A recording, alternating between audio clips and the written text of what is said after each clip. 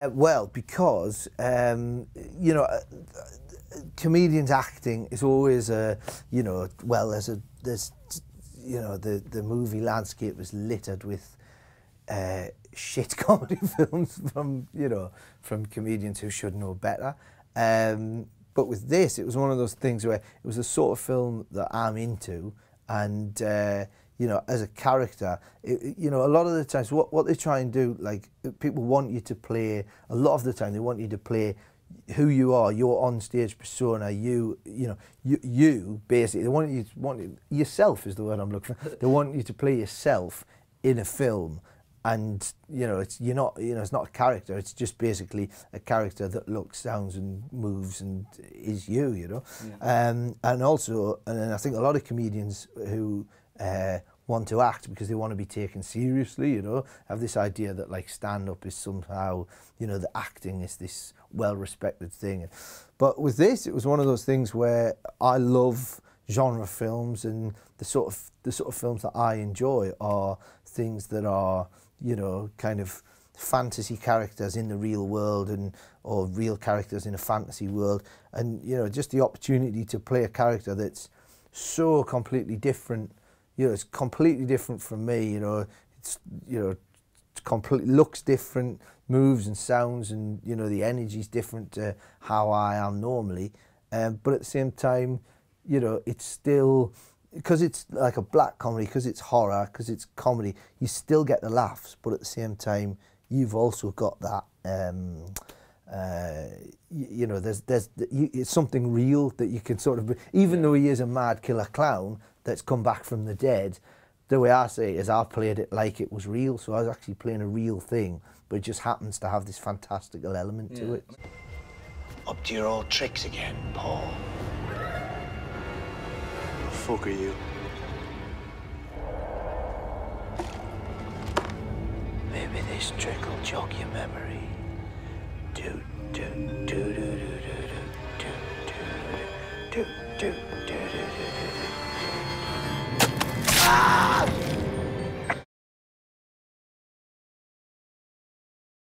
Exactly, yeah. I used to do children's entertaining. All the joke, like all the stunt stuff in it, did it all myself. Like all the spinning the knife and the, you know, and I'm spinning the knives around, flicking up the umbrella and catching it and all of that sort of stuff. That's what, like, you know, and all the juggling and everything. Yeah, I've done that for years, so it's kind of, but people don't necessarily know that. So all of a sudden they'll come to the film and just go, is he doing that? Is that not? So yeah, it was. Yeah. It really was the perfect. And any film where you can, your hand comes out of the grave like that that's top of my list, ticked off. Yeah. And did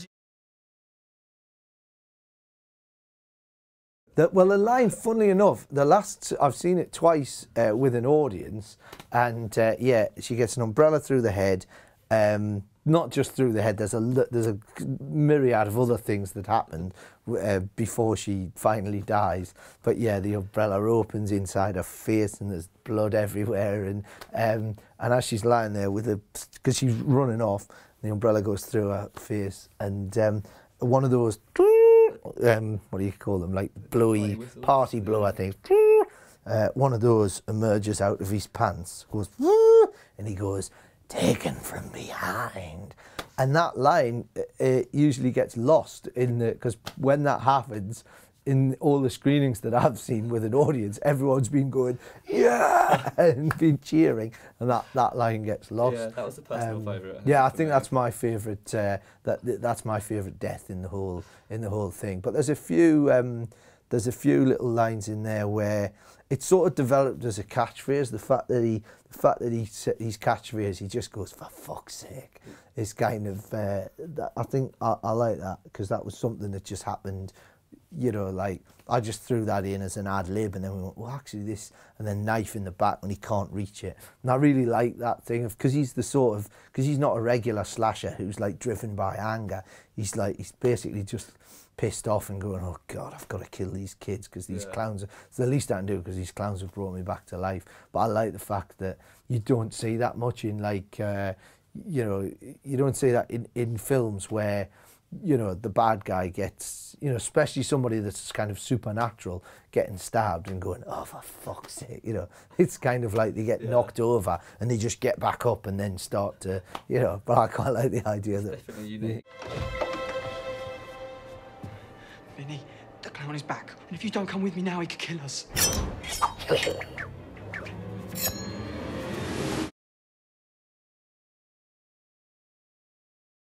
Yeah, in 100 mile an hour I'd do it, yeah. I think, oh yeah, no, 15 years time, I'll be doing Stitches in Space. No, I think there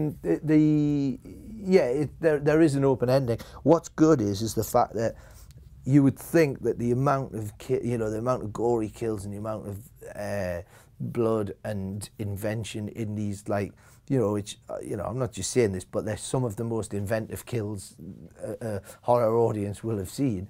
I think if you take this film as the origin story, the possibilities for, I mean, if we make another one, the stuff that he's going to have to do to kill people is going to be so ridiculously off the scale that it probably won't even be allowed to be seen by humans. Is Stitches. Taken from behind. Certificate 18.